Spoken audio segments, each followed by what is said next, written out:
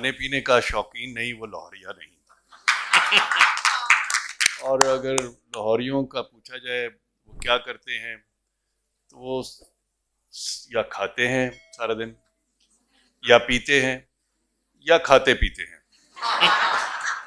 तो इसके अलावा उनका मौजूद सुखन या जीने का कोई अच्छा। और एक खाना भरपूर खा के फिर साथ साथ बात कर रहे हैं, अच्छा दोपहरी की खाना, फिर तो शाम तक ही प्रोग्राम है। तो वो, और मैं जब ग्वाल मंडी में फूड स्ट्रीट कभी बना रहा था, 20 साल पहले की बात है शायद, तो मैं हैरान होता था, देर तक जाता था अपना प्रोजेक्ट देखने, तो वो बनियान पहनी हुई, तो तामद बांधी हुई, वो खड़ा है एक लाहौरिया, वो खाए जा रहा है वहां से हलवाई की दुकान। तो मैं कहता था ये सोते कब हैं? तो उन्होंने कहा Lahore doesn't go to sleep. उन्होंने कहा जी कि ये अभी 4 बजे यहाँ पर वो शुरू हो जानी है लगानी पराठे और वो पूड़ियाँ।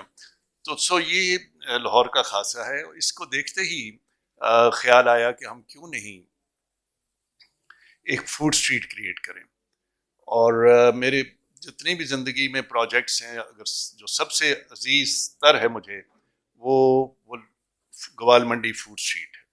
लेकिन आज वो वैसी नहीं है, उसको ख़त्म कर दिया गया। ये एक अलहदा कहानी है। लेकिन उसमें क्या खासियत थी? उसमें ये नहीं था कि बहुत अच्छे पकवान और खाने, और वो चीज़ तो अपनी जगह थी ही थी। लेकिन मेरा ख्याल है कि एक पेडेस्टर्नाइज, मैं जब बाहर जाता रहा तो देखता था कि इनके यहाँ पुरानी जगहों पे, बाज़ारों में, शहरों में रौनक किस तरह आती है। तो मुझे लगता था कि वो, हालांकि इधर मजाक बना दिया जाता है, वो जी तुसी फूड स्ट्रीटा बना देती हैं, तुसी ये करता। तो half the Europe is food cafe, it's open streets पे हर जगह आपको खाने पीने के अलावा जिंदगी में रमक, रौनक और जाज़बियत और एक तवानियत है ही नहीं। सो ये इसको कोई और हमारा तो ये खासा रहा है, हम बड़े खाते पीते रजे लोग हासी। इसको एक कसरे नफसी से देखना गलत है। और अगर मेरे पे हो तो मैं, I would turn half the Lahore into open cafes, open. देखिए, मसलन MM आलम रोड हमारे यहाँ बहुत खूबसूरत बनकर सामने आई है, उसके कैफेज, रेस्टोरेंट्स बड़े अच्छे डिज़ाइन। लेकिन उसमें मसला है, उसमें उसके बाहर आप देखें तो बेतरतीबी, गंद, गलाजत, आपको उतरना जो है, जब तक वो वैले पार्किंग वाला ना आए तो आप परेशान हो जाते हैं, 4 कदम चलने का नहीं। अगर उसी को, जो अंदर खूबसूरती है लाहौर की दबी हुई, उसको हम अनफोल्ड कर दें और बाहर ले आए, तो मेरे ख्याल से लाहौर एक बिल्कुल और लेवल पे चला जाएगा। ये मॉल रोड पे मुमकिन है, ये MM आलम रोड पे मुमकिन है। Mall road in the evenings, we already have plans, इंशाल्लाह अल्लाह ने चाहा तो वो भी कामयाब होगा, to turn mall road from commercial to cultural place for evenings. So उसके साइड वॉक्स इतनी अच्छी हैं, तो mall road fades out in the evenings, why shouldn't it come to life? तो हमने अंदरून लाहौर में बहुत सारे, उधर आपको पता है अभी भी फोर्ट रोड पे हमारी बड़ी कामयाब है वो स्ट्रीट। मेरे ख्याल से लाहौर ये सोच भी उनकी खाने से शुरू होती है। और उनका बाजी खा पी लिया है और की करना है जिंदगी से, मतलब फलसफा जिंदगी भी जो है वो खाने से जुड़ा हुआ है। और माशाल्लाह सेहतमंद, मैं बीच में ज़रा कमज़ोर सा एक नज़र आता हूँ, लेकिन जनरली लाहौरिये की पहचान ये भी है कि वो चौड़ा होगा और चौड़ा होकर चलेगा, वो इस तरह करके, और फिर देखेगा भाई ऐसे। अच्छा अच्छा। और लाहौरियों का आप देखिए, देखना अलहदा है, चलना अलहदा है, हंसना अपने तरह का है, बोलना अपने अच्छा, अब ये वो आपको कहीं और नहीं मिलेगी।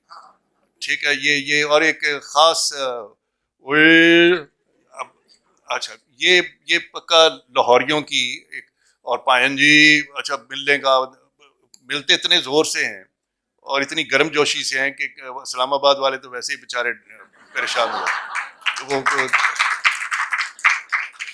तो इनकी हर चीज़ में एक जोश वलवला है। इस कदर है कि इतने एक्सूबरेंट लोग हैं, अफसोस के वक्त भी और खुशी के वक्त नाम जैसे रख लेते हैं। रंजीत सिंह ने नाम रखा अपने बेटों का, तो रंजीत सिंह बैठे ने जिस शहर को वो करता था, कॉन्कर, काबू करता था, तो अपने बेटे का नाम पेशावरिया, लाहौरिया, मुल्तानिया, कश्मीरिया। अच्छा, हमारे मजंग में भी एक बड़ी मज़ेदार बात है, अगर आपने अब छेड़ दिया, 2 मिनट सिर्फ लगेंगे।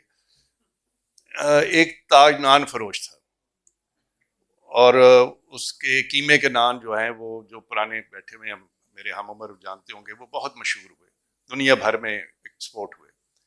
तो वो था पहलवान और अनपढ़, लेकिन अब इतना पैसा, इतनी शोहरत आई, इज्जत आई, तो उसने जोश में आके अपने बच्चों के नाम रखे।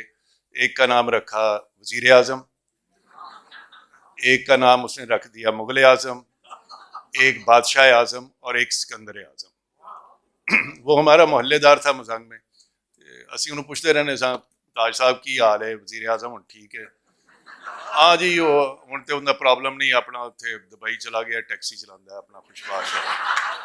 अच्छा, तो अच्छा, वो उन दिनों की, और मोहल्लेदार जैसे आपको एक दूसरे को काम कहते रहते हैं, तो मुझे भी, मैं डिप्टी कमिश्नर था लाहौर में, तो टेलीफोन बजता है, तो वो कहता है सर तुहाडे नाल ताज नान फरोश गल करेगा। मैं कि उन्होंने कहा यार इस वेले 5-7 बंदे बैठे ने, तो मैं आपे कॉल बैक करांगा। उन्हें फिर बजर आया कि नहीं सर, वो कहता है कि जरूरी गल है, तो उन्होंने को एमरजेंसी है, हुणे गल कर। मैं कहा गल करो। मैं कहा की हो गया ताज साहब, केड़ी एमरजेंसी हो गई है? कहता जनाब वजीर आजम फड़िया गया जी।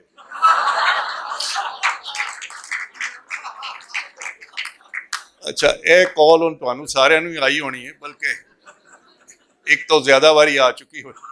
अच्छा, सो मैं क्या फिर फड़िया गया?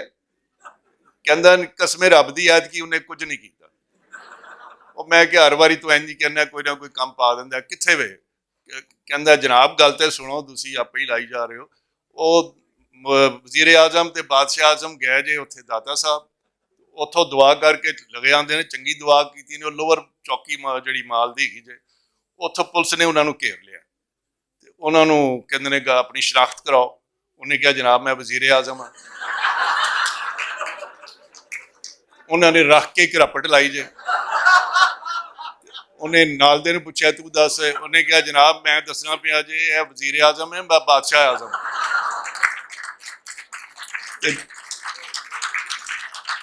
जनाब दोवां लम्मा पाया जे। मैं जनाब को गुजारिश करना वा, तुसी डिस्ट्रिक्ट मैजिस्ट्रेट भी हो, साडे मोहल्लेदार भी हो, तुसी तस्दीक करो इहदे च कोई गलत गल है।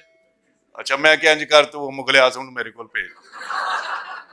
कहता जी मुगले आजम तो रक्शे ते बैठा जे, वो पता नहीं कित्थे गायब हो गया। तो मैं क्या जो सिकंदर आजम ही, कहता जी वो पुलिस का नाम सुन के वो मंजे थले वड़ गया, सिकंदर आजम जड़ा। मैं क्या जे तेरे अपने घर के हालात है ने, तो फिर मैं की करा? कहता कमाल कर दो, मेरा सारी सल्तनत ही लुटी गई है, तुसी कहते मैं।